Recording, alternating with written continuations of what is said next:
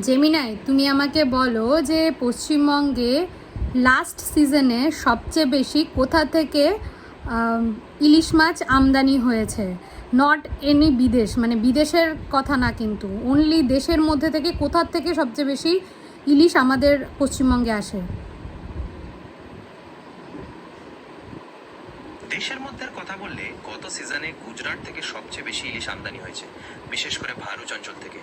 এছাড়া ওড়িশা বা অন্ধ্রপ্রদেশ থেকেও কিছু ইলিশ পাওয়া যায়, তবে পরিমাণে গুজরাটের তুলনায় কম।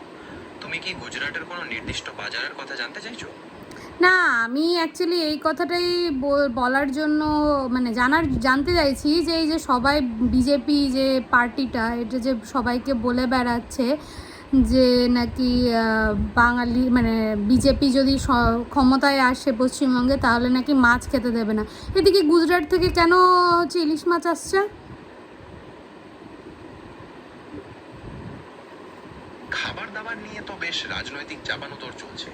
তৃণমূলের অভিযোগ, বিজেপি ক্ষমতায় এলে মাছ বা মাংস খাওয়ায় বাধা দিতে পারে, কিন্তু বিজেপি নেতারা এই দাবি পুরোপুরি অস্বীকার করেছে।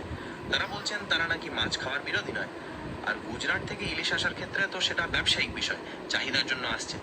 তোমার কি মনে হয় খাবারের স্বাধীনতা কি রাজনীতিতে বড় প্রভাব ফেলতে পারে? আমাকে কেন কোশ্চেন করছো?